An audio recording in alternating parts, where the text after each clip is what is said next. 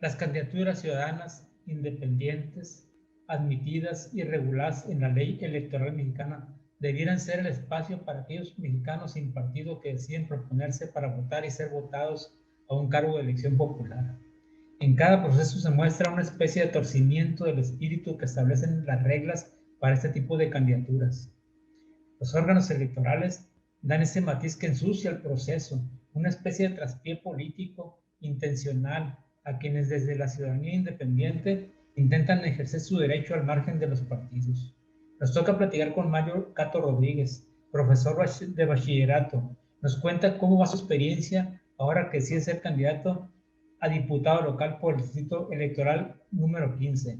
Por cierto, una experiencia que ejemplifica cómo se trata a los ciudadanos de abajo que intentan ejercer su derecho a ser votados para un cargo de elección popular en Sinaloa. Adelante, Mario Cato Rodríguez.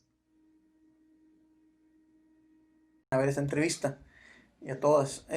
Primero, ¿por qué construir una candidatura independiente? Porque creo que el espectro político de los sectores políticos, la caballada está muy, no flaca, está muy fea. Creo que desafortunadamente, a pesar del fenómeno del 2018, seguimos viendo una clase política. Muchos de los que llegaron por Morena los veo que ya se creyeron políticos y, y creo que no se están dejando de lado muchas cosas de la agenda ciudadana. Entonces, en particular, pues yo soy una persona que fui víctima de la violencia por el asesinato de mi padre en el 2008 y pues es normal que sienta empatía por las causas que tienen las buscadoras de personas desaparecidas, las mismas, las víctimas de feminicidio, todo este tipo de personas que son víctimas también de la violencia, de otro tipo de violencia, por decirlo, de otra versión de esta barbarie que vivimos. Y sí me parece preocupante que a pesar de tener una mayoría de Morena en el Congreso, sigo viendo un poco lento lo que respecta. Ya más en lo cercano, pues está el problema de las viudas, que lo tengo en corto, porque pues al final de cuentas mi mamá es viuda de policías, y al ver cómo la solución que se está dando ahorita es que sí, es cierto, el gobierno de Morena ha sido más humano porque por lo menos designa 6 millones, 10 millones año tras año para que se vayan homologando salarios, pero yo no veo que ningún diputado haya planteado una propuesta integral. Es decir, yo no veo que nadie proponga crear un patrón o un padrón de viudas, de todas las viudas históricamente policías, localizarlas, ubicarlas, saber quiénes son, saber quiénes tienen pensión, quiénes no tienen pensión y empezar a darles justicia de una manera progresiva, entre otras cosas. Entonces, de ahí nace la inquietud. Yo en noviembre hago público mi intención de participar por una candidatura independiente. Como te digo, pues ningún partido creo que ahorita tenga el prestigio necesario para competir. Tal vez Morena no tiene, pero hay muchas cosas que a mí me han hecho no acercarme a Morena. Hay muchas decisiones de Morena con las que yo no comulgo y por eso no me he afiliado a ese partido. Entonces, por eso dije, vamos por la vía independiente. Pero resulta que las condiciones no están dadas. El mismo Congreso del Estado es algo sistemático. El mismo Congreso del Estado fue omiso en el tema de las candidaturas independientes. Hay que recordar que ahora en el mes de septiembre, no, antesito, agosto, septiembre, hubo una reforma electoral local en la que se modificaron los tiempos para el arranque del proceso electoral local. Y el pretexto para hacer esa modificación era tener tiempo para legislar en materia de grupos, bueno, de grupos minoritarios como indígenas, como personas con capacidades diferentes, etcétera, etcétera. No se hizo. O sea, sí hicieron la reforma electoral para que el proceso local empezara hasta diciembre y no en septiembre como comúnmente empieza. Pero el argumento que dieron los diputados para hacer recorrer ese tiempo, al final de cuentas no lograron sacar esas adecuaciones. Pero aparte, fueron en el tema de las candidaturas independientes, les pasó de noche, como si la pandemia y como si la crisis económica no afectara al ciudadano que busca una candidatura independiente. Un ejemplo, a nivel federal, las personas que quisieran construir una candidatura independiente para diputado federal tuvieron 37 días naturales el inicio de la recepción de documentos hasta el final de la prórroga, que fue entre prácticamente todo el mes de octubre y una parte de septiembre. 37 días naturales para juntar los requisitos, cumplir con ellos y manifestarse ante el Instituto Nacional Electoral. Con la reforma que se hizo a nivel local, los aspirantes locales a gobernador, presidentes municipales y diputados locales, solo tuvimos 17 días naturales para conocer la convocatoria, juntar los requisitos y manifestarnos. O sea, estamos hablando de 20 días de diferencia.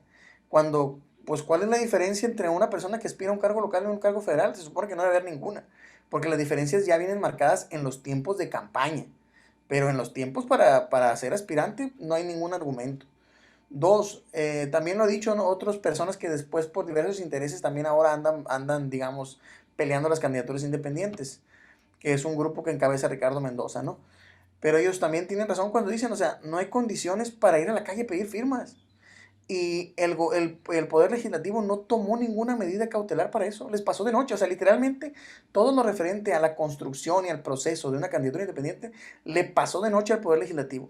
Como que nadie se tomó la molestia de revisar, ay, ¿qué ocupan estas personas para participar? Y ver que ahí, en ese proceso, hay necesidades de tomar medidas cautelares. ¿Qué opciones le vas a dar a la gente? La estás mandando a juntar firmas, a tener contacto con mínimo, en mi caso, mi distrito me piden alrededor de 1800 firmas. ¿Qué me garantiza a mí que teniendo contacto con esas 1800 personas no me voy a contagiar de COVID siendo una persona vulnerable porque tengo obesidad? Me estás mandando al matadero. O sea, el proceso, vaya, las reglas del juego para yo ejercer mi derecho a participación política están poniendo en riesgo mi salud. Y eso creo que es completamente contradictorio. Y fíjate, a pesar de eso, ese no es un argumento que yo haya llevado, ¿no? Lo que sí estoy litigando yo es el otro aspecto, un aspecto económico, que es el de la asociación civil. Y entonces sí, ahora ya sin dando preámbulo voy a entrar a la ruta, o te voy a platicar, si me permites, cómo ha sido todo este proceso. El día 21 de diciembre, yo lleno el 18 de diciembre arranca, ¿no?, el proceso para los independientes.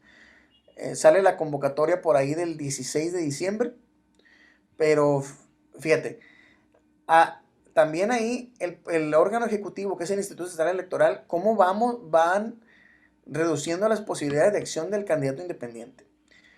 El Congreso local da por iniciado o vota por iniciado el proceso electoral el 1 de diciembre. Sin embargo, en un absurdo total, lo hacen con efecto posterior. Es decir, lo votamos y lo discutimos el 1 de diciembre, pero este decreto no vale hasta el 15. O sea, te estás comiendo 15 días del proceso sin ninguna argumentación, o yo no veo ninguna razón.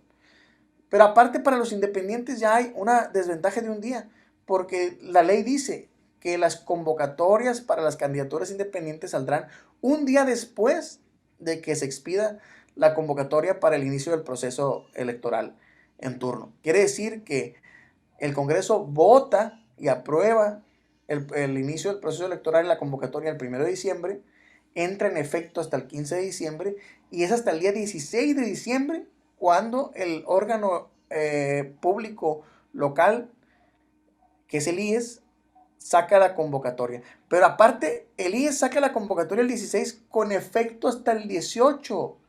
O sea, el candidato independiente va a iniciar su ruta hasta el 18 de diciembre.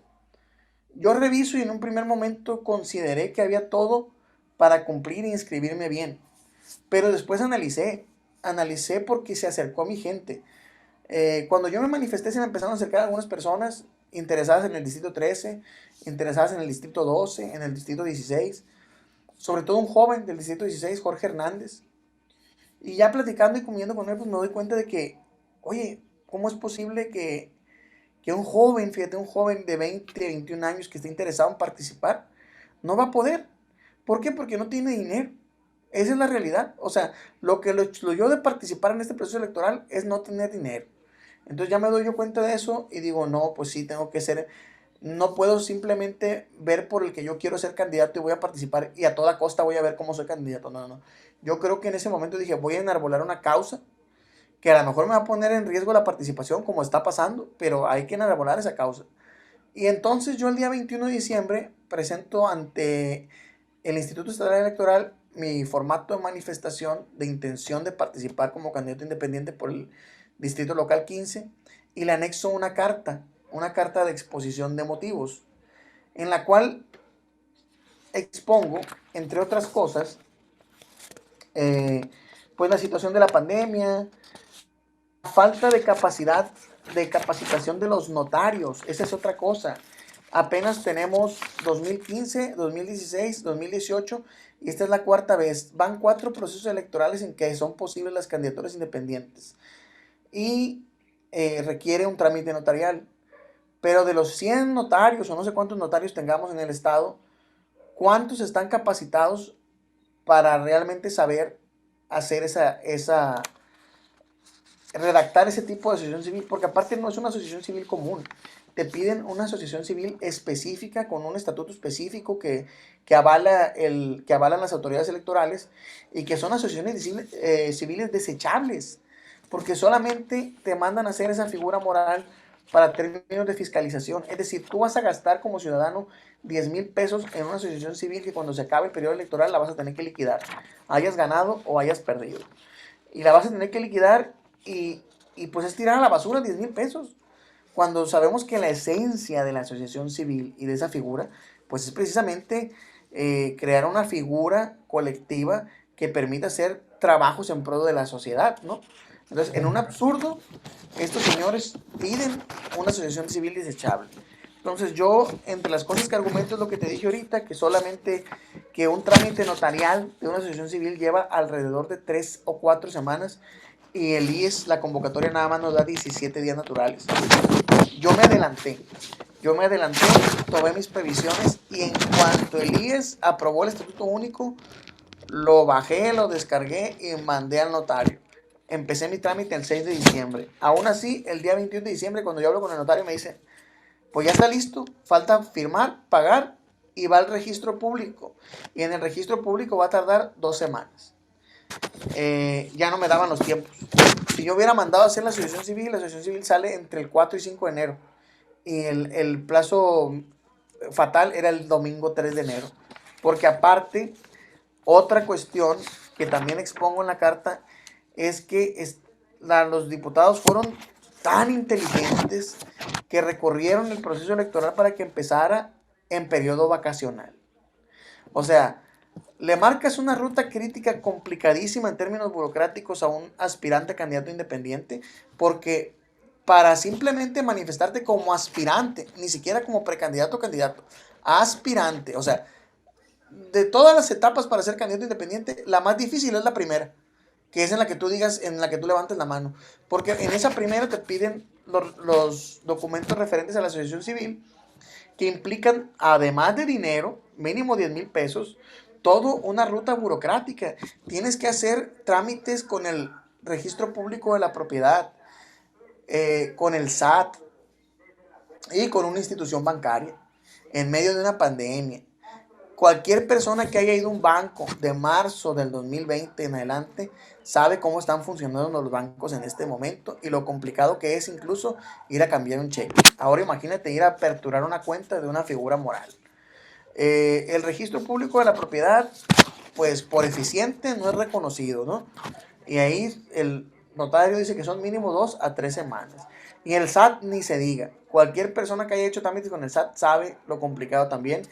Si antes de la pandemia, cuando había, digamos, condiciones normales, ir al SAT era complicado, ahora en este contexto, pues supongo, no he ido, pero quiero suponer que la lógica nos dice que es doblemente complicado. Pero yo le pido 3 cosas, argumento esto de que los pocos días que tenemos solo 17 días para hacer un trámite que necesita más de 17 días, expongo la situación de la pandemia, expongo la situación del gasto, pero yo me enfoco en pedirle 3 cosas al IES, que básicamente es que debido a los tiempos modifiquen la convocatoria para que los aspirantes podamos manifestarnos hasta el 30 de enero. Y la otra es que no se me pidan los documentos referentes a la asociación civil ahorita, en la primera etapa de aspirante, que me los pidan después de recabar las firmas. Porque para ser candidato independiente hay una primera etapa que es la manifestación, donde tú vas con el IES, con los documentos de la asociación civil y dices quiero ser, y aquí está mi asociación civil, y aquí está mi cuenta de banco, y aquí está mi RFC. Y la segunda es, ya que tú cumples con eso, te dejan, te avalan y empiezas a juntar las firmas, que tienes 40 días. Y ya que juntan las firmas, te dan chance de que pases a la tercera ronda, que es cuando ya te inscribes como candidato con una serie de requisitos que le piden a todos los demás candidatos, ¿no? Yo les digo al IES, le argumento y le digo, no me pidas la asociación civil ahorita, porque pedir la asociación civil ahorita, aparte, representa un riesgo de daño patrimonial. ¿Por qué? Porque si yo gasto 10,000 pesos y no junto las firmas, aparte que me quedo fuera de la participación, perdí 10,000 pesos. Y yo creo que ningún ciudadano, pues Cloutier sí puede darse el lujo de gastar 10,000 pesos y hacer las acciones que quieran, pero Cloutier forma parte del 1% de la sociedad sinaloense. El 90% somos personas que no podemos desprendernos de 10,000 pesos así de sencillo. Mi aguinaldo es de 6,000 pesos. O sea, yo necesitaría invertir en esta asociación civil mi aguinaldo y parte de mi quincena. Entonces, ¿qué voy a hacer? ¿Voy a dejar de comer? ¿O voy a dejar de pagar la luz, de pagar el agua, de pagar gasolina? Y eso que yo tengo un salario digno. Yo considero que como maestro en mi profesión tengo suerte de que estoy en una institución muy seria, muy profesional, que ha protegido mi salario, que no ha, en este contexto de pandemia me ha mantenido con trabajo y me ha mantenido íntegros mi salario y mis prestaciones. Pero es una suerte que no ha ocurrido todo el mundo. Hay mucho desempleo, hay mucha disminución de salarios. Y otra, ¿qué pasa cuando un ciudadano, ahora sí que en una realidad sociopolítica o socioeconómica diferente, como un albañil, como un pepenador, como una madre soltera, que diga, bueno, pues ya estoy harto de que no hagan nada por mí, quiero yo participarle y ir a representar los intereses de la gente como yo? ¿Y esa gente de dónde va a sacar 10,000 pesos? Tiene que ir a pedirle prestado al banco o tiene que ir con quién sabe quién a que le financie la carrera política para entonces sí empeñar sus intereses y otras cosas. Entonces, ese es mi argumento principal. ¿Qué me responde el IES? El IES me responde desde el 24 de diciembre. Me responden astutamente el 24 de diciembre. Yo creo que creían que no iba a ir o que iba a estar ocupado o que no iba a estar. Pero el 24 de diciembre me hablan y me dicen que ya tienen la respuesta. Voy, recibo la notificación y recibo la respuesta. Hay dos respuestas. Una respuesta me la da la Comisión de Prerrogativas, que sin más reflexión, ni análisis, ni razonamiento, simplemente me dice, te faltan tales documentos, te doy 48 horas para que me los entregues. Y ni siquiera me dice las consecuencias de no entregarlos. Solamente me dice algo que yo ya sé y que viene y que lo entregué junto con la carta de exposición de motivos. Es decir, la Comisión de Prerrogativas no le importó mi carta. Ellos dicen, te faltan tales documentos, tienes 48 horas para entregarlos. Punto. Viene un segundo oficio firmado por la presidencia del IES. Ahí sí me dan toda una explicación. Me dicen que ellos no tienen la facultad de autocorregirse, que ellos no pueden ampliar el plazo de manifestación del 3 de enero al 30, porque ellos no están facultados a autocorregirse. Como ellos emitieron la convocatoria, ellos no pueden autocorregirse. Y me dicen que no me puede exonerar de momento de la asociación civil, porque eso viene en el artículo 80 de la Ley de Procedimientos Electorales. De acuerdo. Pero la tercera solicitud, que se puede inferir como una prórroga, que es la de que pídeme las, o sea, no me exoneres en realidad yo nunca he pedido no cumplir con ese requisito. Lo que yo pido es que ese requisito se mueva a posterior a las firmas. El IES se declara incompetente de hacerlo. Pero ojo, no me menciona quién es la autoridad competente como para que yo asista a ella. Y dos, no turna mi solicitud a la autoridad competente. Es decir, el IES es omiso. Solamente él se lava las manos y dice, yo no soy competente de cumplir lo que tú me pides, ni de analizarlo, ni de discutirlo, ni de razonarlo. Aunque, curiosamente, sí tiene esas facultades el IES y sí las ejerció en otros casos. ¿Por qué? Porque durante este proceso electoral, si uno pone atención a sus sesiones, el IES otorgó ¿cómo se llama? Autorizaciones condicionadas. Es decir, otorgó prórrogas. Y otorgó prórrogas tal cual. ¿A Entonces, creo que a este grupo de 27 personas que encabeza Ricardo Mendoza se les dio una prórroga extraordinaria porque ellos también alegaban lo mismo que yo, lo de la asociación civil. Solo Sí, que ellos alegaban que incluso su proceso había quedado más trunco. Ellos decían que cuando fueron con el notario quiso entrar al portal de la Secretaría de Economía. Ya me acordé, falta ese paso. En realidad, el primer paso es que los notarios checan la posibilidad de los nombres en la Secretaría de Economía. Ellos alegan que la Secretaría de Economía estaba fuera de funciones. Entonces, a este grupo les dieron una prórroga no sé de cuántos días, no entregaron los documentos, se les invalidó el registro. Y hay otras personas de otros municipios, creo que del Fuerte y de Mazatlán, eh, que también habían tenido, ellos también habían presentado la documentación completa, pero ya más avanzada. O sea, eran gente que les faltaba la cuenta de banco o que tenían el RFC en proceso. O sea, ellos ya sí iban muy avanzados, pero les faltaba uno o dos requisitos y el IES les dio prórrogas, creo que de 3 días o de 10 días para que subsanar, para que terminaran ese trámite y entonces sí. De los 36 aspirantes, de las 36 personas que manifestamos aspiraciones ante el IES, hoy quedan solamente 9 personas que están en el proceso de recolección de firmas. Desconozco cómo vayan, pero solamente 9 personas se les autorizó iniciar la recabación de apoyo ciudadano el día 4 de enero. Eh, entonces, el IES así la deja. Yo me espero. ¿Por qué? Yo no me dicen, por ahí me dicen, es que no impugnaste esas respuestas. ¿Pero qué voy a impugnar? O sea, me está diciendo la autoridad que es incompetente. Voy a impugnarle. Oye, tribunal, dice el IES que es incompetente.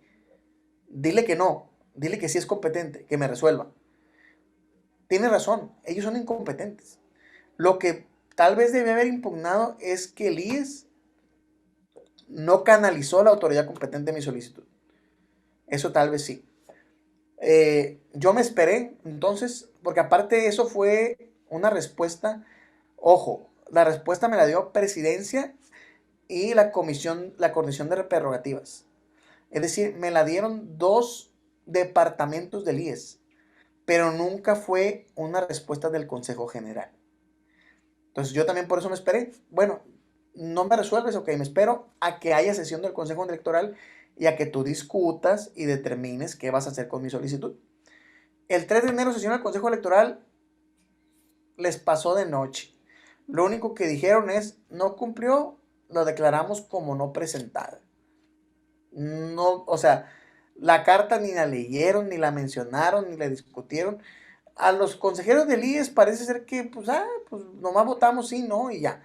Nunca hubo un interés por realmente iniciar una discusión. A lo mejor no está en sus facultades sacarlo de la ley, pero sí discutirlo y sí decir, bueno, le damos la prórroga, o por qué no se la damos. O sea, mi problema no es que no me hayan dado la prórroga, es que ni siquiera me están diciendo por qué no. O sea, una completa pereza, una completa opacidad, cuando los consejeros del IES son de los funcionarios públicos mejor pagados. Por ahí dicen que Carla Peraza gana incluso más que el gobernador o más que AMLO, no recuerdo bien el dato, pero hay una comparación. Entonces ganan un montón de dinero, están a gusto en su casa, conectándose al Zoom y ni siquiera en esas condiciones de comodidad tuvieron la decencia de someter a discusión la solicitud de un ciudadano. ¿Qué podemos esperar de un órgano electoral así? Eh, Otra cosa que yo no entiendo, probablemente, no sé qué tan válido sea, pero yo creo que lo semántico tiene que, o sea, se supone que la jurisprudencia y lo jurídico es algo completamente atenido a nuestra realidad, a nuestra vida social, y sin embargo aquí, semánticamente, pues también se comete un abuso, porque ellos determinan considerar mi solicitud no presentada, cuando yo sí presenté una solicitud. Entonces, entre incompleta, denegada, rechazada y no presentada, hay una diferencia semántica muy amplia. sí. Digo, no sé si en términos técnicos, jurídicos, se valga o ellos tengan esa etiqueta, ¿no?, de no presentado, ¿no? Pero al final de cuentas está muy lejos de la realidad. Yo sí presenté una manifestación y la presenté con una exposición de motivos. A lo mejor fue parte de blindarse o de escudarse en la no discusión. Bueno, viene el 3 de enero, ellos deciden alzar la manita y decir, desechamos esta solicitud, declaramos la solicitud del ciudadano no presentada porque no entregó los documentos, los requisitos completos. Ok, ya con eso entonces sí yo puedo actuar. Otra omisión en el proceso, que ahí no he tomado acción, probablemente lo haga más adelante, porque ahorita me he concentrado en la otra impugnación. Hasta el día de hoy, el IES no me ha notificado la resolución del 3 de enero, cuando eso es una violencia procesal. Me están negando mi derecho de audiencia y mi derecho de réplica. Ellos tenían que haberme, así como me notificaron la respuesta del 24 de diciembre, ellos tenían que haberme notificado por escrito de manera formal que, que habían determinado en la sesión del 3 de enero del Consejo General. No lo han hecho. Yo me entero porque yo sigo la sesión y tomo cartas en el asunto. Y entonces, el día 6 de enero, meto un recurso de inconformidad dirigido al Tribunal Estatal Electoral, donde le pido dos cositas.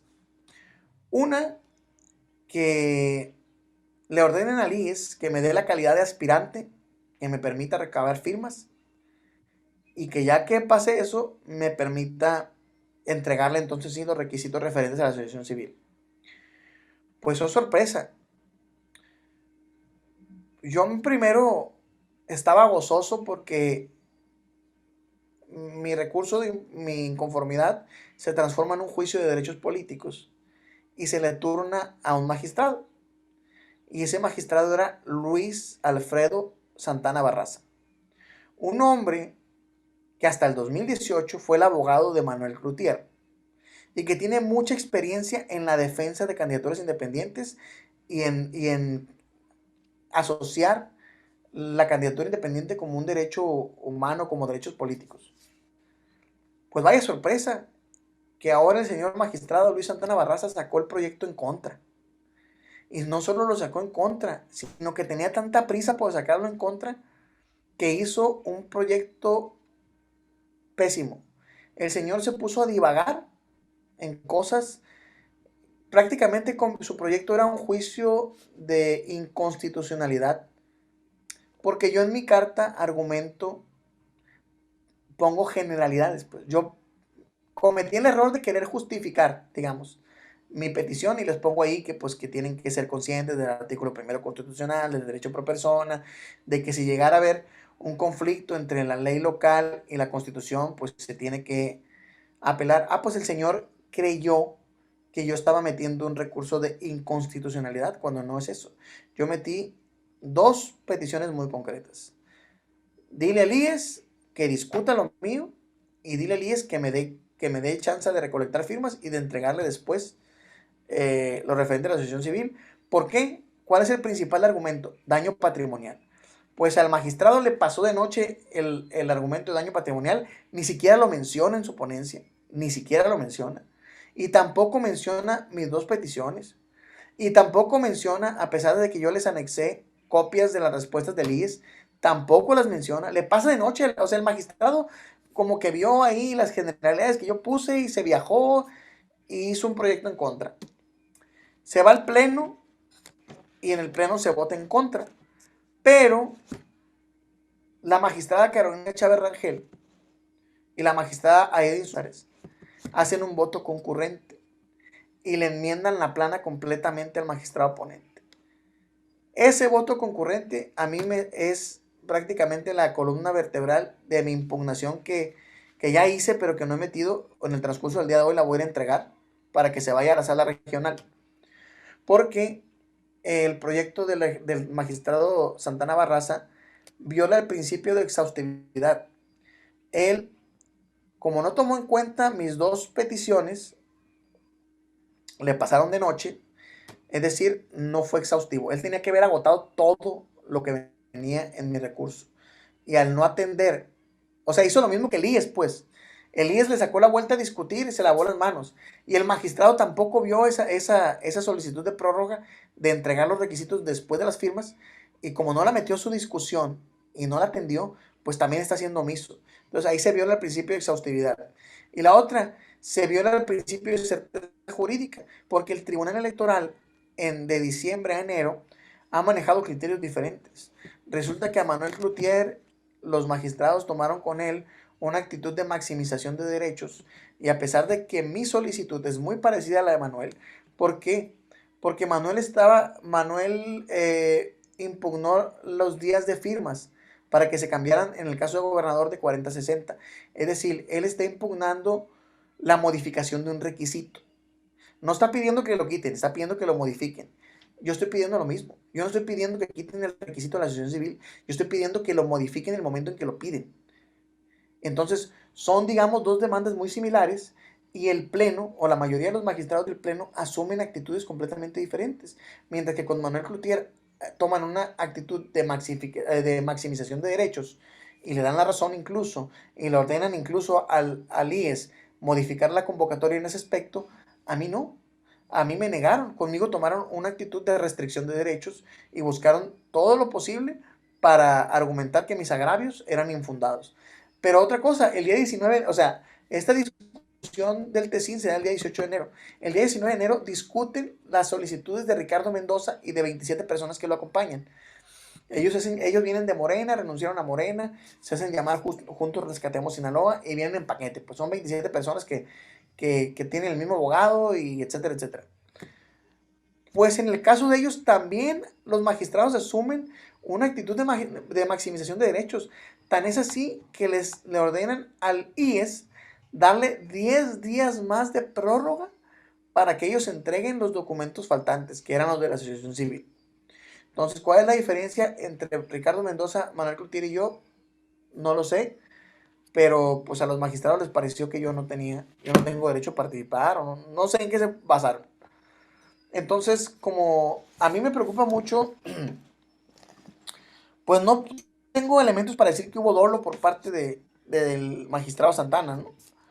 Pero eso me preocupa más, porque quiere decir que tenemos en uno de los puestos públicos mejor pagados, como es una magistratura, a una persona incompetente, porque está claro que hizo un proyecto completamente mal hecho. Es su primer proyecto, no lo creo, es más, creo que es su primer proyecto, porque él no hizo el de Cloutier, incluso hasta se quiso exonerar, pero lo hizo mal. O sea, el primer proyecto que hace como magistrado viola los dos principios, exhaustividad y certeza. Entonces, pues, ¿de qué se trata? A mí me preocupa más eso a que haya habido dolo. Si me dijeran, no, pues el magistrado tiene algo personal contigo, bueno, pues se entenderá, ¿no? Eso es abuso de poder, pero se entenderá. Pero, pero que sea incompetente una persona recién electa por el Senado, que prácticamente en uno de sus primeros proyectos viole dos principios. Oye, pues ¿de qué se trata? Estamos tirando los impuestos a la basura. Estamos pagándole un dineral a un magistrado que no sabe hacer su trabajo. Y eso me preocupa más y hasta me ofende más. Bueno, tomando en cuenta el voto concurrente y otros datos, como el hecho de que el magistrado tampoco le pidió al IES mi expediente, y si lo hubiera pedido se hubiera dado cuenta de la carta de exposición de motivos que yo presenté y que la demanda es la misma. Porque el magistrado tomó una actitud como que yo estaba pidiendo que me exoneraran del requisito, y no es así. Si tú pones atención a los documentos que yo he presentado, yo estoy pidiendo esa prórroga, que ese requisito se pida después de la recolección de firmas, ya que yo tenga asegurada mi participación, para que no me cause un daño patrimonial.